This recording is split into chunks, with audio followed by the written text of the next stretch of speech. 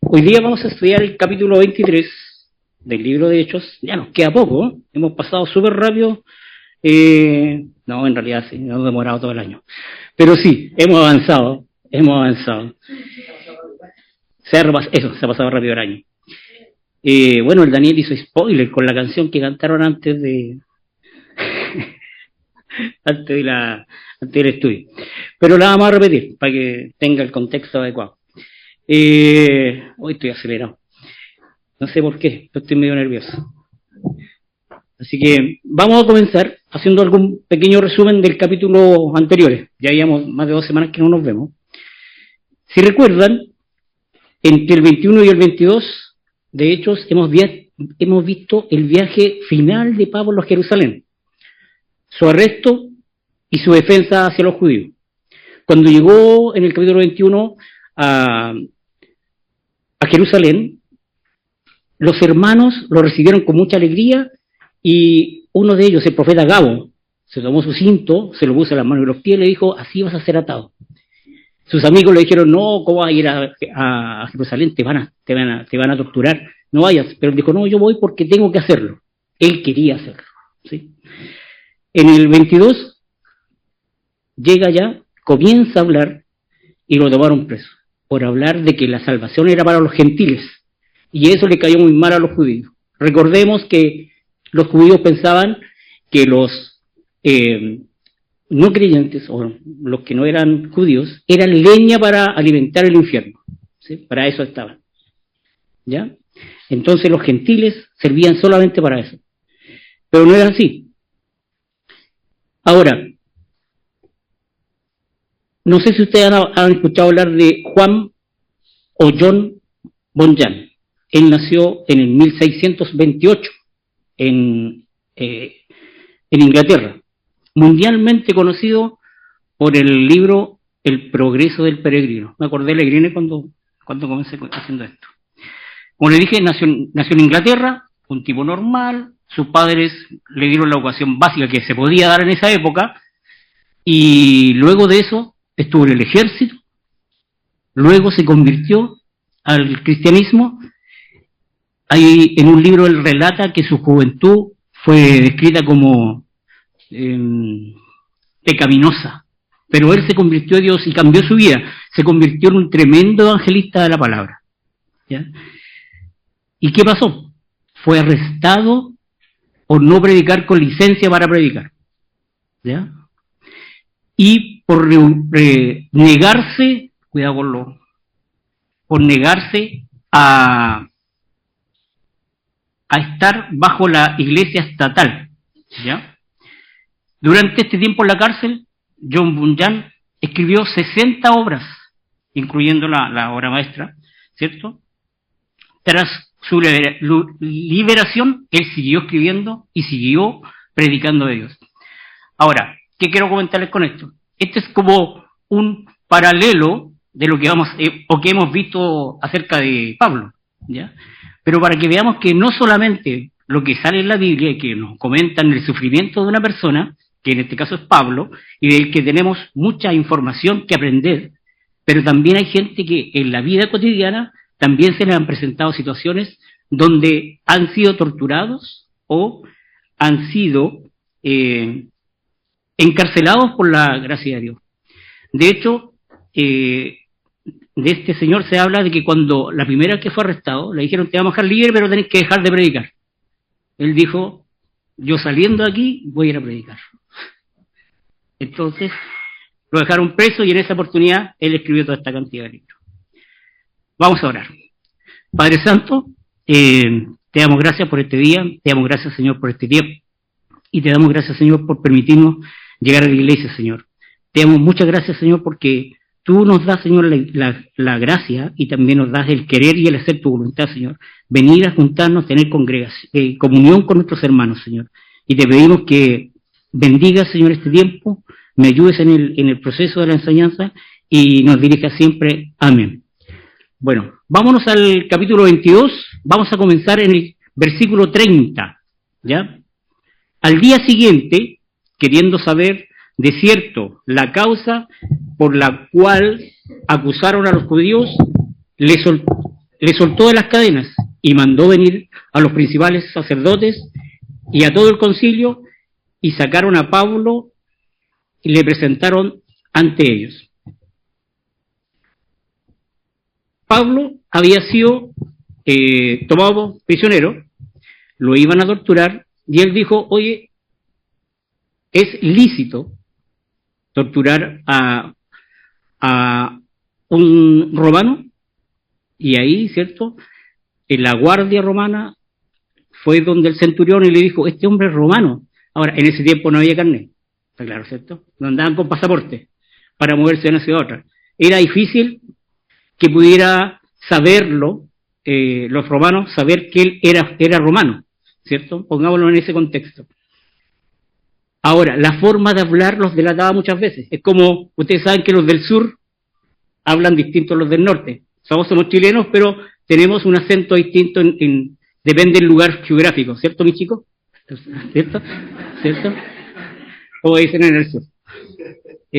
Nosotros reconocemos a nuestros hermanos extranjeros cuando hablan, porque todos tienen un sonsonete, una forma de hablar, ¿cierto? Decimos, este puede ser de tal lado, ¿cierto? Al que está en la cárcel lo reconocemos. Fácilmente. Sí. Bueno, eso pasó. Entonces, el centurión quería saber más acerca de Pablo. ¿Por qué motivo lo habían tomado preso? ¿Por qué los judíos lo acechaban? Entonces, llamó a los sacerdotes y les dijo, a ver, cara a cara, hagamos un cara a cara y demuestren qué pasó. Entonces vamos a comenzar en el versículo 1. Dice, Pablo comienza su discurso ante el concilio. Entonces Pablo, mirando fijamente al concilio, dijo, varones hermanos, yo con toda buena conciencia he vivido delante de Dios hasta el día de hoy. El sumo sacerdote, Ananías, ordenó entonces a los que estaban junto a él que le golpearan en la boca. Vamos a parar ahí. Cuando Pablo comienza diciendo varones hermanos, él se está poniendo al mismo nivel de los judíos, ¿ya? De los sacerdotes, de los fariseos y de los saduceos. Se está poniendo al mismo nivel. ¿Por qué? Porque él había sido de ese tipo de personas. ¿Ya? Recordemos que él fue fariseo. ¿Cómo debió haber conversado cualquier persona común como gobernantes del pueblo, señores ancianos de Israel, con mucho respeto? Él no, él dijo, yo soy fariseo, hablo directamente con los fariseos. ¿Ya? De esa forma comenzó.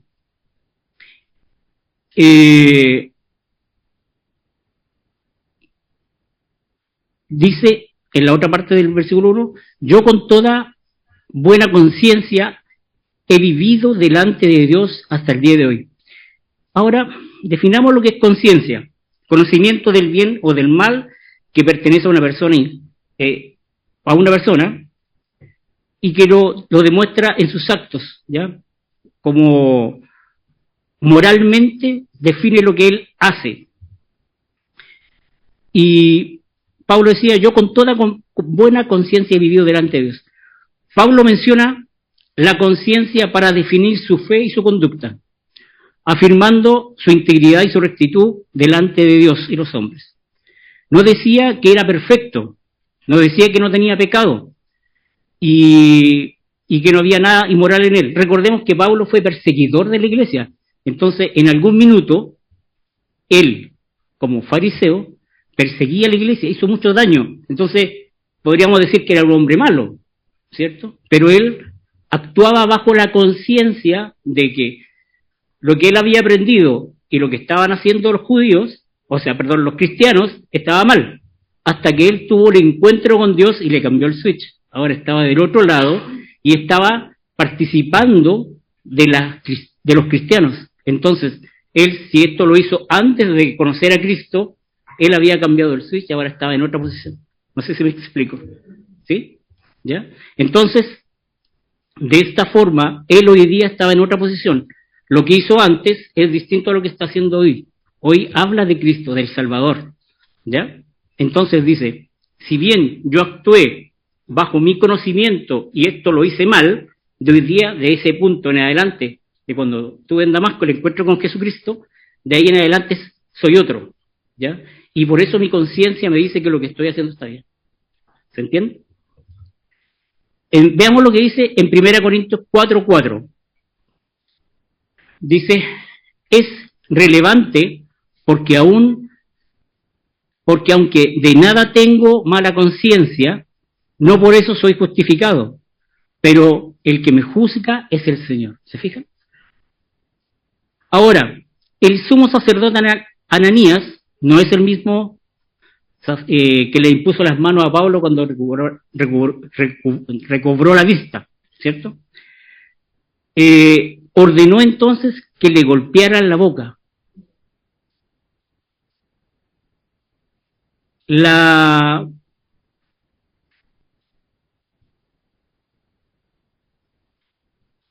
Seguramente, lo que piensan algunos escritores, es que cuando le dijo que tenía buena conciencia, se sintió ofendido Ananías. ¿Y por qué? Porque el tipo era corrupto. Era súper corrupto. Entonces no pudo aceptar y se sintió mal.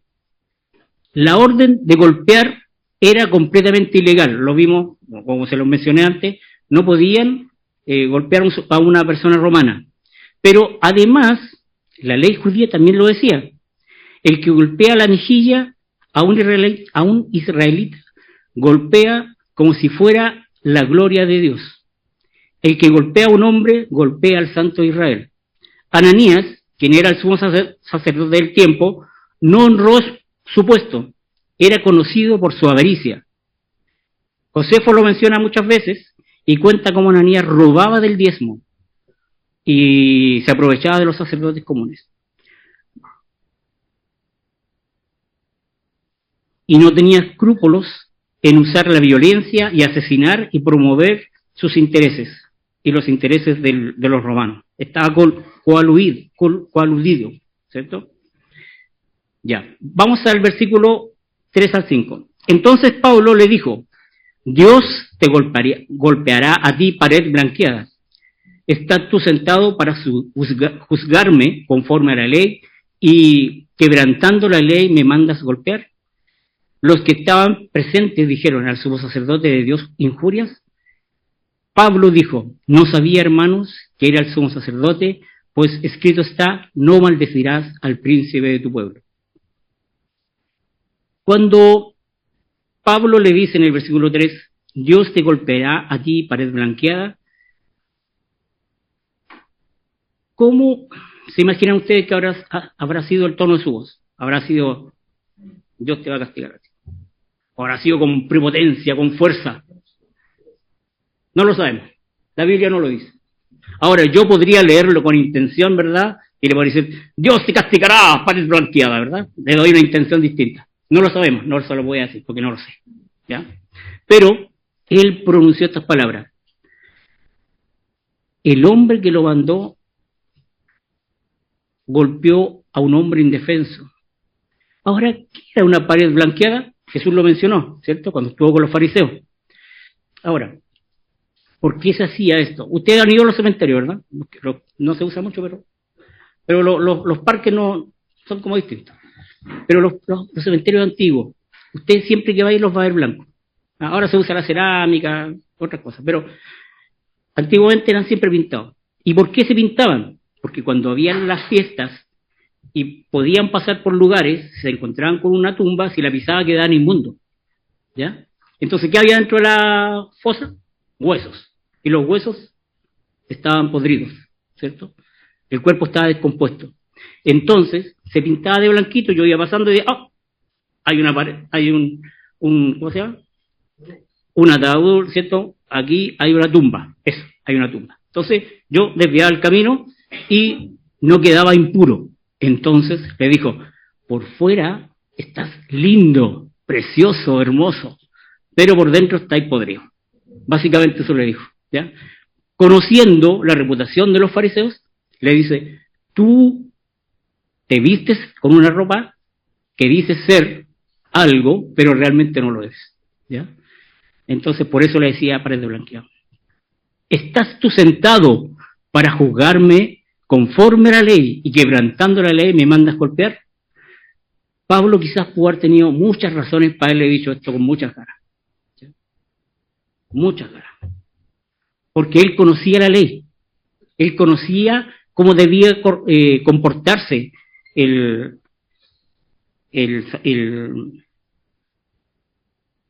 Ananías.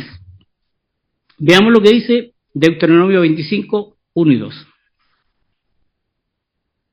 Si hubiere pleito entre algunos y acudieren al tribunal para que los jueces lo juzguen, estos absolverán al justo y condenarán al culpable. Y si el delincuente mereciere ser azotado, entonces el juez le hará echar en la tierra y le darán azotes en su presencia, según el delito, el número de los azotes. Depende de la condena, era la cantidad de chocotes que le daban, tirado en el suelo, ¿cierto? Pero en este caso, todavía él solamente dijo, yo, ¿cierto?, tengo limpia conciencia de lo que estoy haciendo.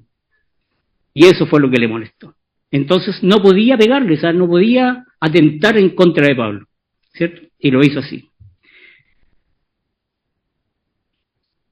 Y finalmente, como les mencioné, estas palabras fueron básicamente proféticas hacia Ananías. Es en los últimos tiempos de Ananías, su corrupción y su soborno fueron perseguidos y terminó muerto, ¿ya?, por los mismos judíos. Tuvo un final feliz este hombre. Ahora, el resto de las personas que estaban ahí, supongamos que yo soy el condenado, que soy Pablo, y está todos los fariseos y todos los sacerdotes, le dicen, oye, pero al sacerdote de Dios injurias. Oh, Pablo dijo, oh, ¿quién podrá defenderme?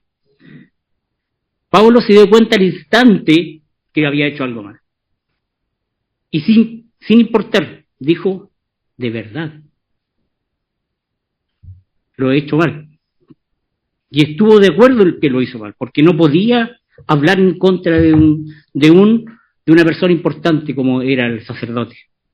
En Éxodos 22, 28 dice, no injuriarás a los jueces, ni maldecirás al príncipe de tu pueblo.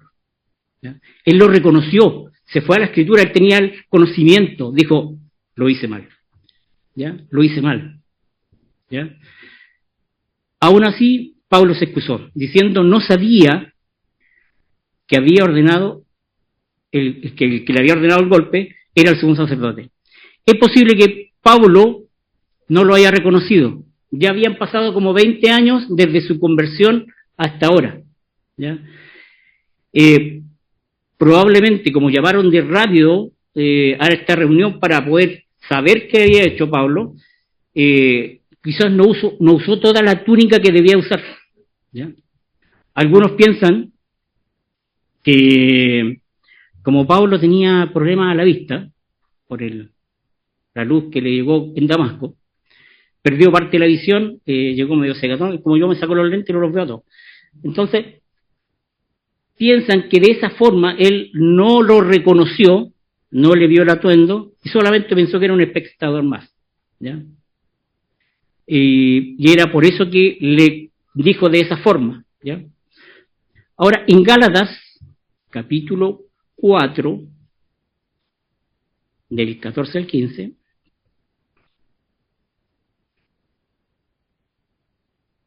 dice, y no me despreciaste ni desechaste por la obra que tenía en mi cuerpo.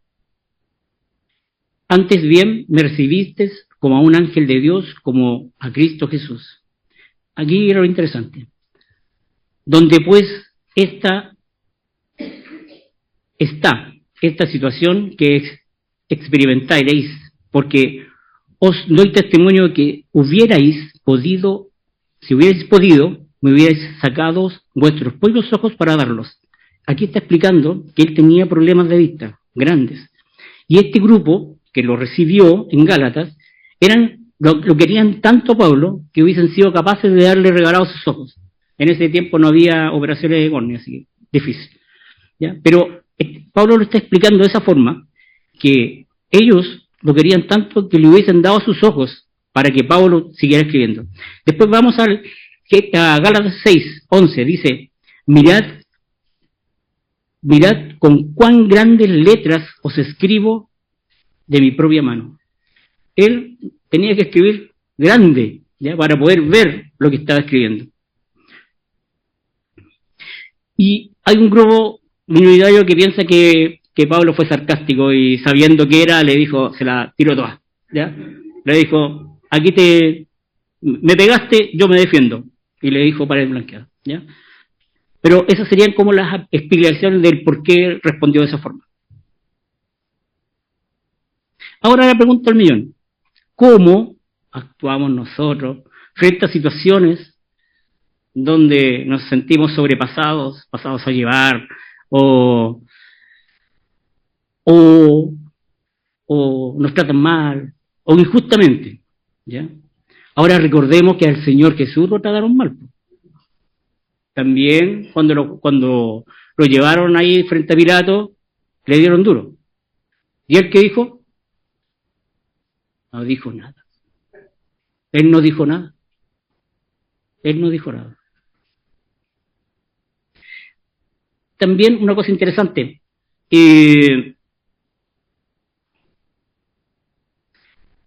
Hoy día estamos en un proceso de elecciones presidenciales, ¿cierto? Cada uno puede tener su opinión y que la respeto, ¿cierto? Debemos tener nuestra opinión porque es la única forma de poder votar, ¿ya? Pero ¿qué nos dice la Biblia?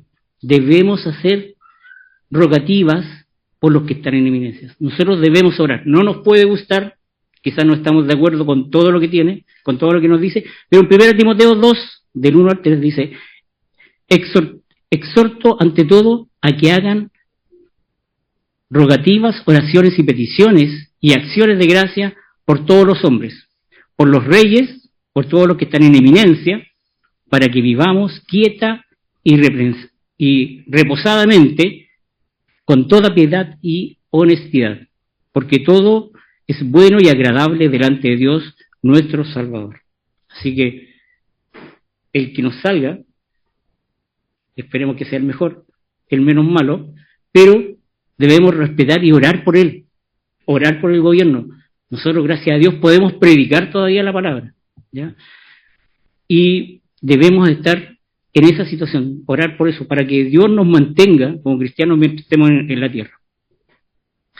Yo le mencionaba acerca de Jesús. Veamos lo que dice Lucas 22, del 63 al 65. Y los hombres que custodiaban a Jesús se burlaban de él y le golpeaban. Y vendándole los ojos, le golpeaban en el rostro y le preguntaban diciendo, profetiza, ¿quién es el que te golpea?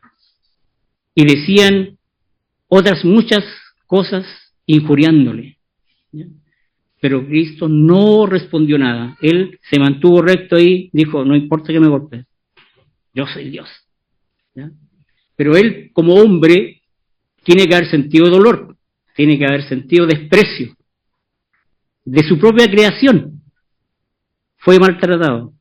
Mateos 26, 67, 68 dice, palabra de Dios para todos. Luego le escupieron a Jesús en la cara y le dieron puñetazos.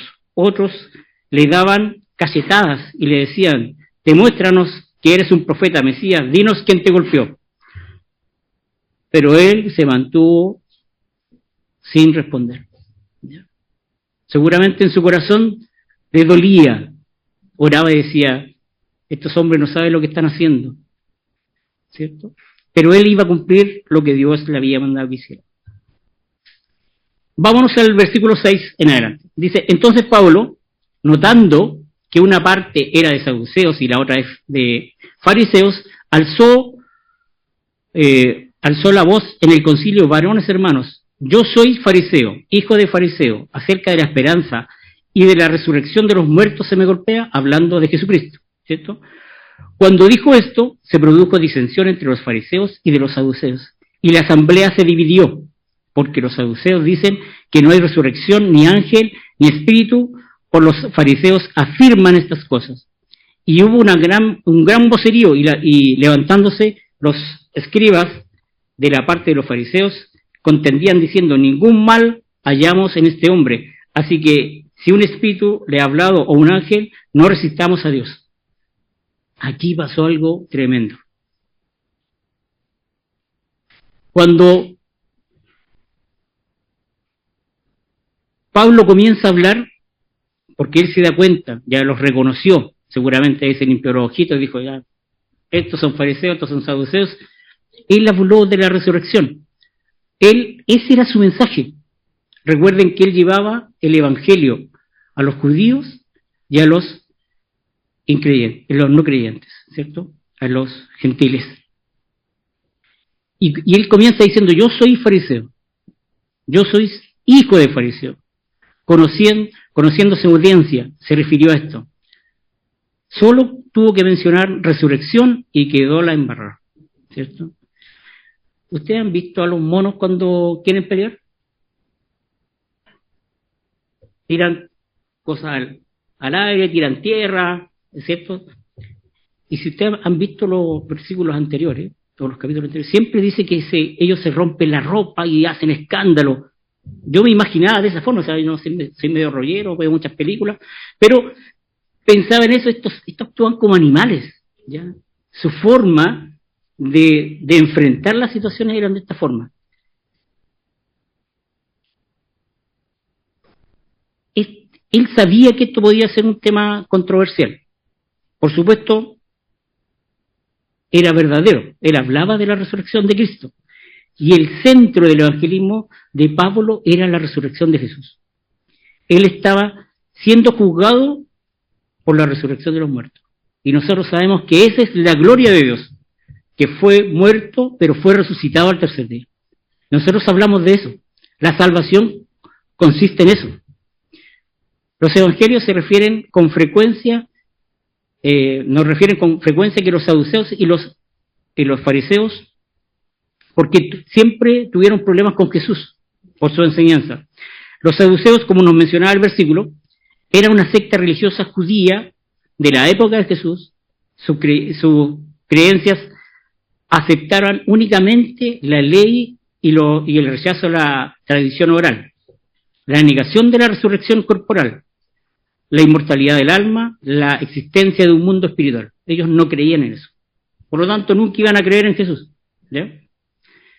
Además, ellos eran los más ricos, ¿ya? Ellos los que manejaban los negocios, los que tenían los negocios en el templo cuando vendían las palomitas y todas esas cosas, ¿cierto?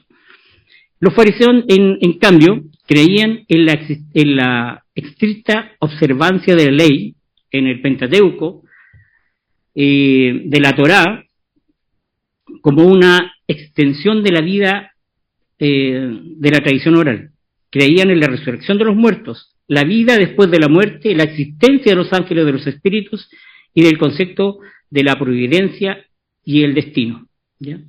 Entonces, por un lado, ustedes han escuchado eso, divide y vivirás, así fue, ¿ya? Entonces, el concilio se dividió, y aquí comenzó una lucha de poderes, los de la derecha con la izquierda. Si hiciéramos barra, lograríamos eso, ¿verdad? Los derechos, ¿quién grita más? Algo así. Imagínense, vayan pasándose conmigo el rollo. Cuando dijo esto, se produjo una disensión entre los fariseos y los saduceos, ¿cierto? Comenzaron los fariseos a apoyar a Pablo y los saduceos estaban en contra de él. Entonces dicen los fariseos, ningún mal hayamos en este hombre. Aún así, lo condenaron. Pero, se fijan, los fariseos dijeron, hoy día, ahora nos ponemos de acuerdo con Pablo, hacemos amigos. No encontramos ningún problema en él. No hallamos que este hombre haya hecho nada malo. Si un ángel le habló, no resistamos a Dios. ¿Se fijan?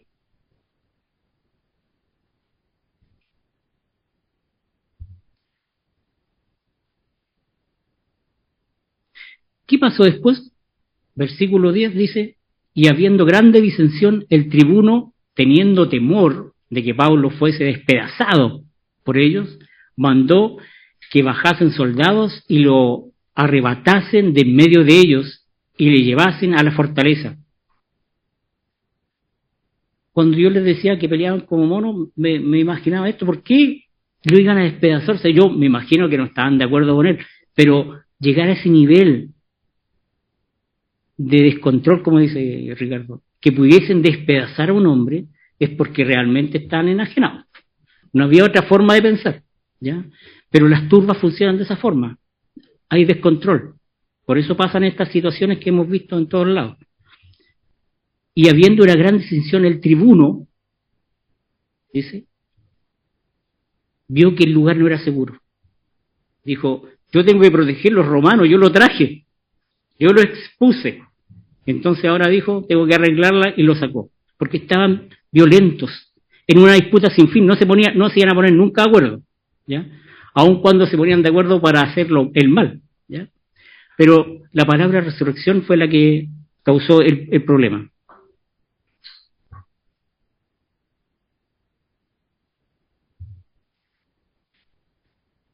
Ahora veamos lo que pasa en el versículo 11.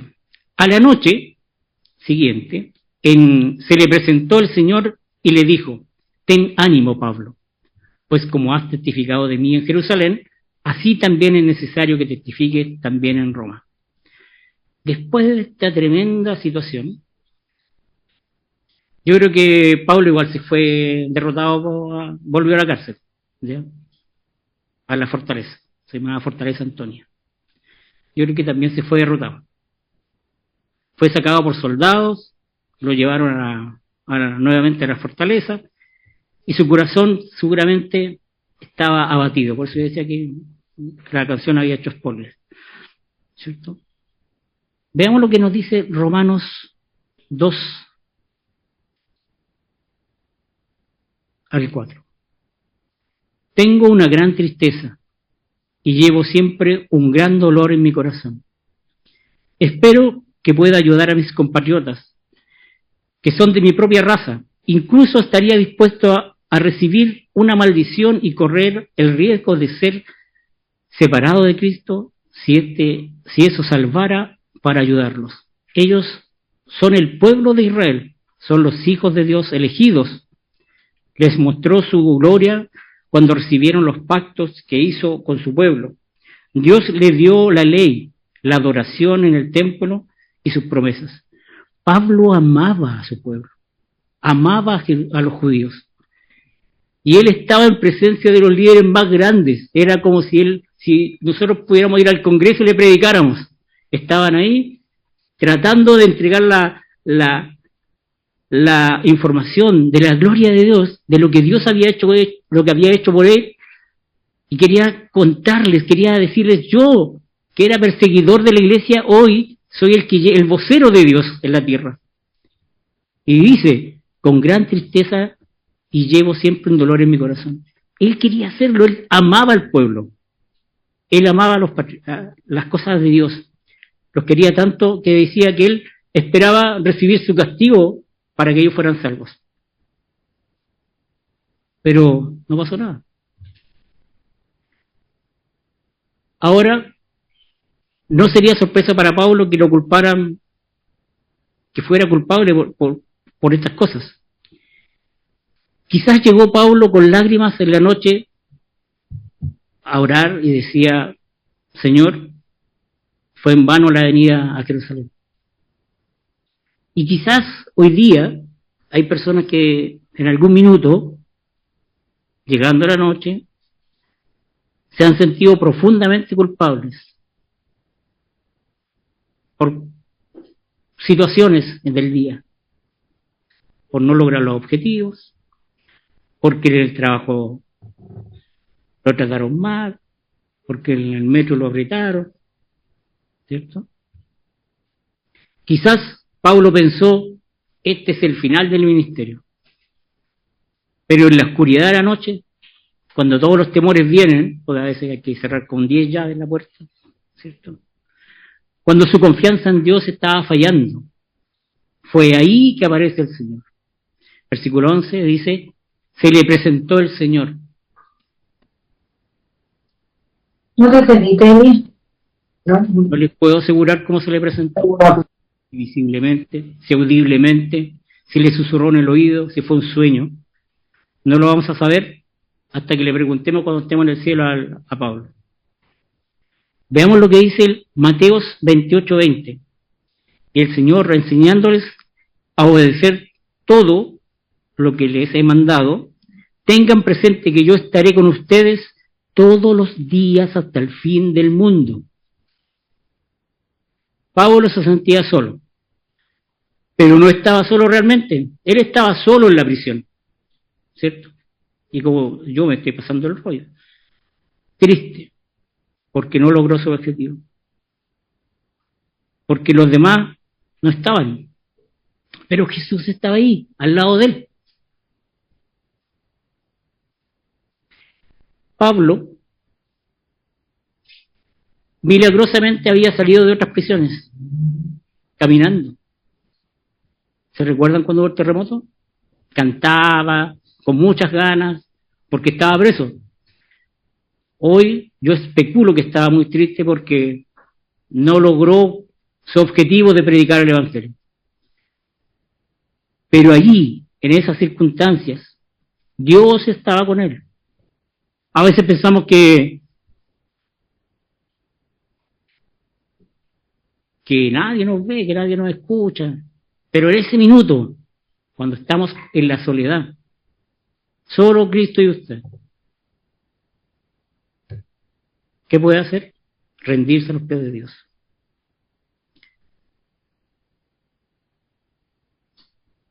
Cuando pensamos que Dios está lejos, Dios está más cerca. Dios quiere encontrarse con nosotros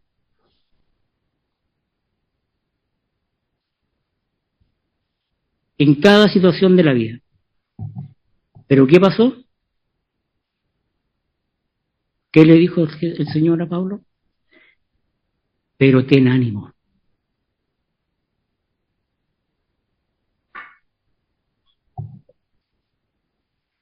Jesús no solo estaba con Pablo, Él le dijo estas palabras de consuelo. Si le dijo que tenía ánimo, era porque de verdad estaba triste. Estaba muy triste, estaba derrotado. Dios estaba allí para animarlo a su fiel siervo. Para decirle, Pablo, no te preocupes, te queda pega, tenés que ir a Roma ahora. O sea, lo que estáis pasando no es nada, pero ten ánimo, ten fuerzas, anímate. Vamos que se puede.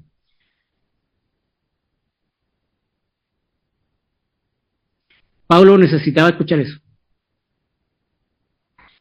Ahora, si usted hoy está pasando alguna situación económica, laboral, emocional, estrés, se siente solo, desganado, ha tomado malas decisiones, como lo vimos en Mateo, Jesús hoy le dice, ten ánimo. Ten ánimo. Yo soy la puerta. Yo soy la puerta. No yo, Jesús. Dice, yo soy la puerta, yo soy el que te puede solucionar los problemas. Ten fe en mí. ¿A quién predicaba Pablo? A Jesús. ¿Quién le dijo que tuviera ánimo? Jesús. Confía en mí. Yo estaré con ustedes hasta el fin de los tiempos. En 5 oportunidades Jesús mencionó ten ánimo.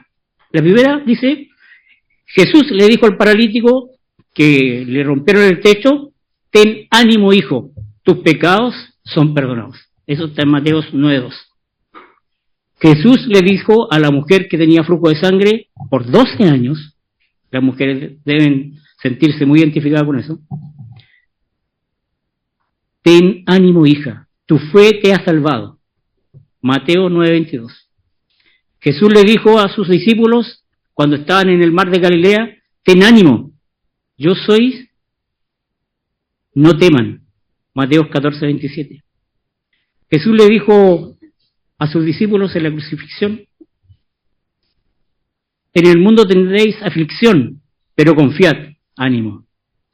Yo he vencido al mundo. Eso está en Juan 16:33. Y ahora lo encontramos acá, diciéndole a Pablo, ten ánimo. Jesús nos dice hoy día a todos, tengan ánimo. El mundo hoy día está feo. Todos tenemos que trabajar, todos tenemos que estudiar, pero tenemos la convicción de que el Señor ya viene. ¿Y qué nos dice el Señor? Tengan ánimo. Hoy día el mensaje es, tengan ánimo. Confíen en Dios. Mateo 28:20. Yo he vencido el mundo y estoy con ustedes hasta el fin del mundo.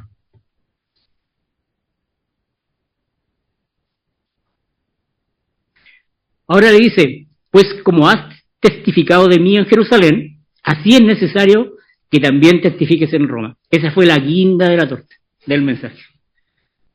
Hoy día has pasado situaciones malas, pero te queda trabajo, Pablo. Así que vamos, tienes pega. Jesús recordó a Pablo que él quizás pensó que lo había hecho mal, pero era parte del plan del Señor. Él pensó, la regué acá en Jerusalén, no lo logré. Pero si el Señor le dice, ahora vamos a Roma, es porque sí lo hizo bien. Estaba en el plan de Dios, ¿ya? Esta situación. Pablo llevó el mensaje a Jerusalén, pero los resultados no eran los esperados, eran los resultados de Dios.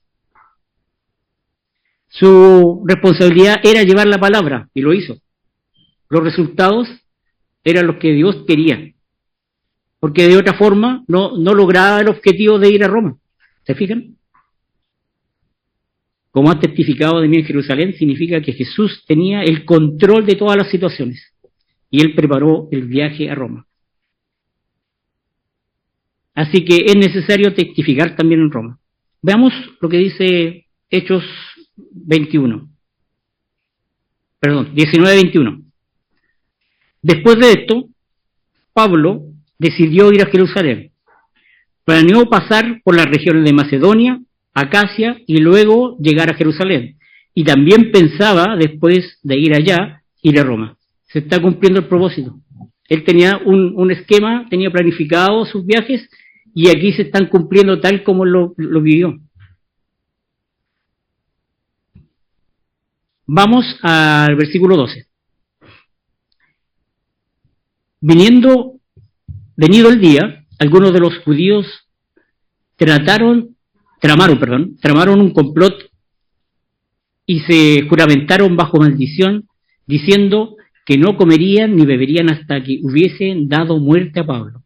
Eran más de 40 los que habían hecho este juramento, los cuales fueron a los príncipes, sacerdotes y a los ancianos y dijeron: nosotros nos hemos juramentado bajo maldición y a no gustar nada hasta que hayamos dado muerte a Pablo. Ahora pues vosotros en el concilio requerid al tribuno que traiga mañana ante vosotros como que queréis indagar alguna cosa más cierta acerca de él, y nosotros estaremos listos para matar antes que llegue. En los tiempos de Pablo y de Jesús había un grupo de judíos que eran matones, ¿ya? Estos andaban buscando cómo hacerle daño a los romanos porque estaban en contra de los romanos, por la opresión que tenían, ¿ya? Andaban con dagas, puñales cortitos y los pillaban mal parados, los mataban, ¿ya? Se especula que estos eran el grupo que se ofreció ante el Sanedrín para hacerle daño a Pablo, ¿ya? Ahora la frase, hacer un juramento era un compromiso de alto nivel porque se hacía directo con Dios. En el Antiguo Testamento está muy bien clarificado: cuando uno hace una promesa tiene que cumplirla, porque la hace directamente a Dios, ¿ya?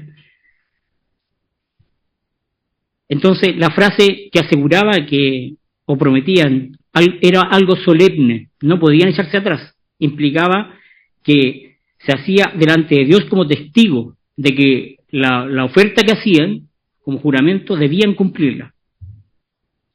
Entonces clarificaron, le dijeron a los sacerdotes: nosotros queremos que lo llames, traigas a Pablo, como que vamos a pedirle más información, y nosotros los 40 le damos tumba a los soldados y a Pablo lo dejamos muerto. Los ancianos se pusieron de acuerdo y se dan cuenta, aquí hay una mentira que podrían ellos pensar que era piadosa, ¿no? Lo llamamos, pongámonos de acuerdo, es una mentirita piadosa, lo llamamos y lo matamos, nos deshacemos del cacho. Pero pensemos, eran sacerdotes de Dios, eran personas que estaban muy altos. O sea, mostraban su humanidad de que realmente no querían a Dios. Ellos vivían bajo normas solamente, ¿ya? Esa mentira es pecado, ¿ya? Vamos al 16. Dice, mas el hijo de la hermana de Pablo, oyendo esta palabra, oyendo hablar a la celada, fue y entró en la fortaleza y dio aviso a Pablo. Cuando yo leí esto, mi cabeza empezó a hacer ting, ting, ting, ting, ting, ting. ¿De dónde salió una hermana de Pablo?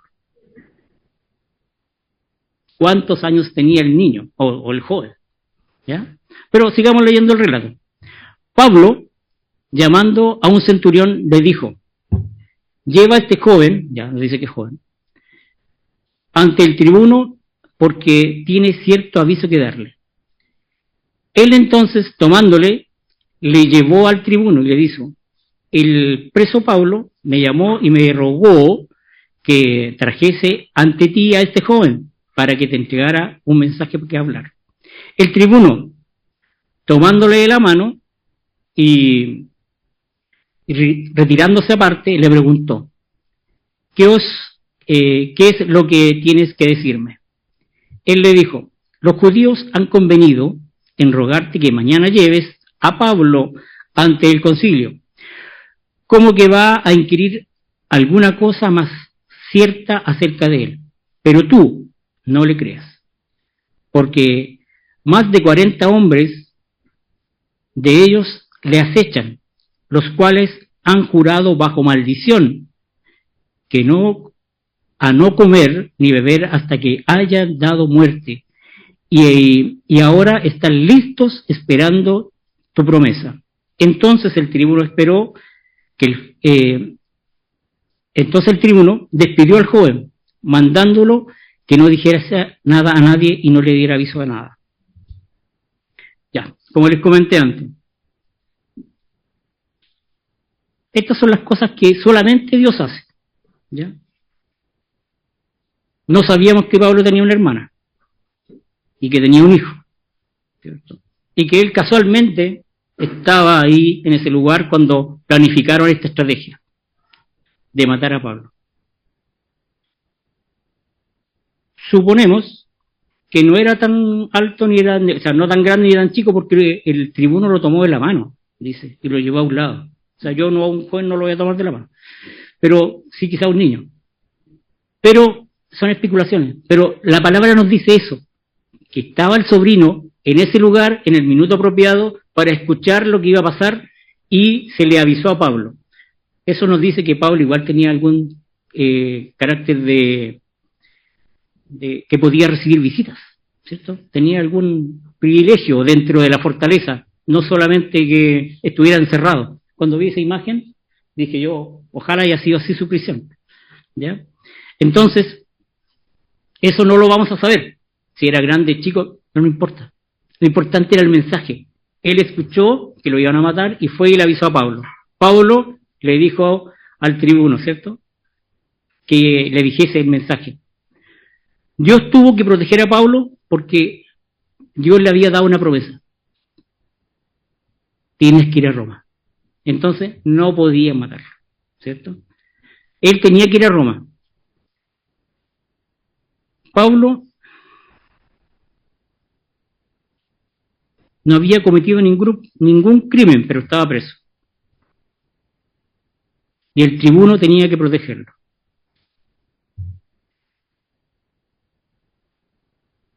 Pablo llamó al centurión, le avisó el mensaje que necesitaba.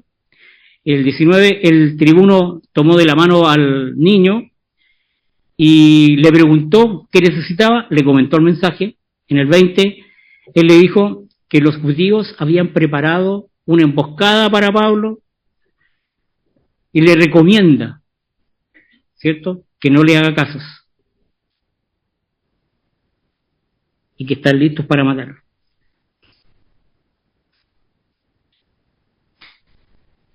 Ahora, la promesa decía que no iban a comer nada, ¿cierto? Se comprometían a comer nada, pero al final parece que no era tan buena la estrategia. Porque ¿qué pasaba si el tribuno se demoraba 10 días?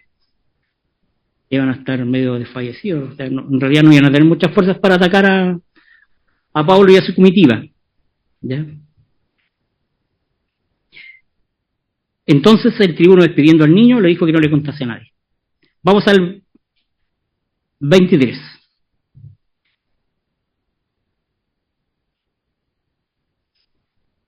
Y dice, y llamando a 2 centuriones. ¿Cuántos soldados tenía un centurión? 100, eso. Llamando a 2, mandó que se preparasen para la hora tercera de la noche 200 soldados, 70 jinetes y 200 lanceros para que fuesen hasta Cesarea, y que prepararan cabalgaduras para que, poniendo a Pablo, le llevasen a salvo a Félix el gobernador. El tribuno Licias mandó que prepararan a esta cantidad de personas para las 21 horas, ¿ya? 200 soldados, 70 jinetes y 200 lanceros. En total me da 472. ¿Estoy bien? Porque faltan los 2 centuriones. ¿Ya? Ahora, usted y yo pensarán, no será mucho. Era una persona, los otros eran 40. Y aquí tenemos 470 personas para protegerlo. En realidad el número no importa. Los romanos, al igual que cuando nosotros hacemos las fiestas patrias y movemos nuestros ejércitos y desplegamos toda nuestra grandeza ¿cierto? De armas, ellos dijeron, son 40, nosotros somos 470. ¿Ya? Pero esto era el plan de Dios. Pablo tenía que ir a Roma, custodiado de la mejor forma, arriba de un caballito, ni siquiera caminando. Dios lo hace bien. Pablo tenía que ir a Roma y de la mejor manera.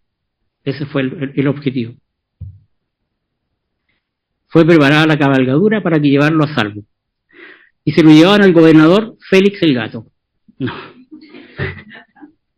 me acordé de eso.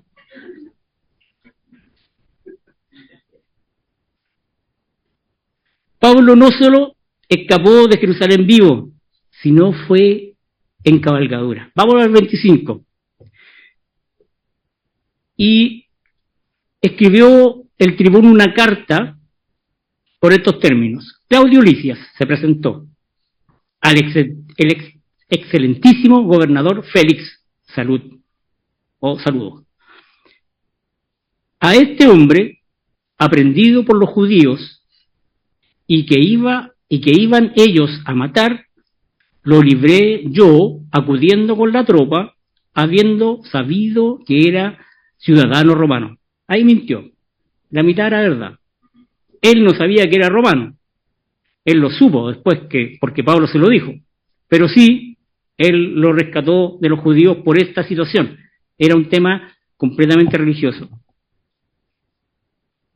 Y queriendo saber la causa por qué le acechaban, le llevé al concilio de ellos y hallé que le acusaban por cuestiones de la ley de ellos, pero que ningún delito tenía digno de ser muerte o de prisión. Entonces, ¿por qué lo tenía preso? ¿Ya? Pero no fue capaz de resolver el tema. Y por eso que lo mandó donde Félix. Versículo 30. Pero al ser avisado de acechanza que los judíos habían tenido contra este hombre, al punto de que le he enviado a ti, intimando también a los acusadores que traten delante de ti, que tengan contra él. Pásalo bien. O sea, la carta es media rara como la escribe, pero era su forma de explicarla. ¿Se han preguntado qué pasó finalmente con los 40 personas? Tenemos 2 posibilidades. La primera, si realmente cumplieron la promesa, se murieron de hambre. Y si no la cumplieron, tienen que haber salido corriendo a otro lado porque el Señor los iba a matar sí o sí. ¿Ya? Si eran realmente judíos, tenían que morirse de hambre, porque no lograron su objetivo. Ya, vamos al 31. Y los soldados, tomando a Pablo, como se les ordenó, le llevaron de noche a Antípatras. Y el día siguiente, dejando los jinetes, fueron con él y volvieron a la fortaleza. 33. Cuando ellos llegaron a Cesarea y dieron la carta al gobernador, presentaron también a Pablo delante de él, y el gobernador leía la carta, preguntó de qué provincia era, y él, habiendo entendido que era de Cilicia, le dijo: te oiré cuando vengan tus acusadores, y mandó que le custodiaran en el pretorio de Herodes. El pretorio de Herodes era nada menos que era Herodes el Grande. Fue construido en Jerusalén y era el palacio de Herodes. Entonces, en realidad, se fue a un hotel 5 estrellas. ¿Ya?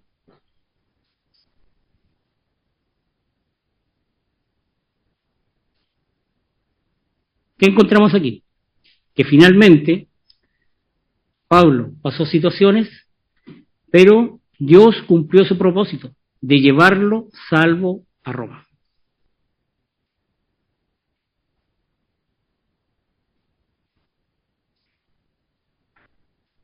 Entonces, en el capítulo que hemos leído, que ha tenido bastante emoción, por lo menos yo lo vi desde ese punto de vista, fue emocionante ver cómo Dios cumple sus propósitos. Nos revela la soberanía de Dios, incluso en las circunstancias más fuertes. Pablo enfrentó un juicio injusto.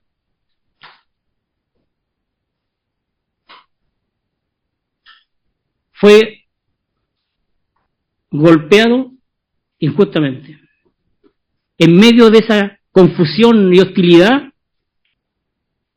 donde quizás se fue con la moral baja, recibió ánimo directamente de Dios.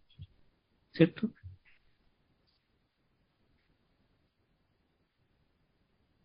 Luego, provisionalmente, Dios envía un mensajero con el cual Dios hace su voluntad, y ese ánimo que le dijo que tenía que volver a Roma se concreta y llevado de una forma espectacular, casi en un Land Rover. ¿Ya? Ahora, ¿qué podemos sacar nosotros de todo esto? ¿Qué aplicación le podemos dar a esto? Dios tiene el control de todo. Dios tiene el control de todas las situaciones. Dios sostiene a su pueblo. Dios sostiene todas las situaciones. Nos vamos a ver enfrentados a muchas cosas hoy día. Hoy día nos vemos enfrentados a muchas situaciones. Como les mencioné antes, todos pueden pasar por estrés, situaciones, enfermedades que los aquejen, ¿cierto? Inseguridad. Pero Dios usa personas inocentes o inesperadas, como pasó con Pablo. Personas inesperadas que pueden tenderte una mano, pero es Dios el que te está ayudando.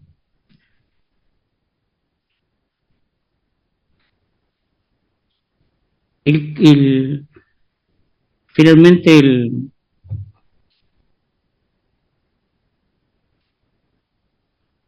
Pablo fue llevado a Roma a cumplir su objetivo. Voy a hacerle spoiler, 2 años va a estar ahí. 2 años.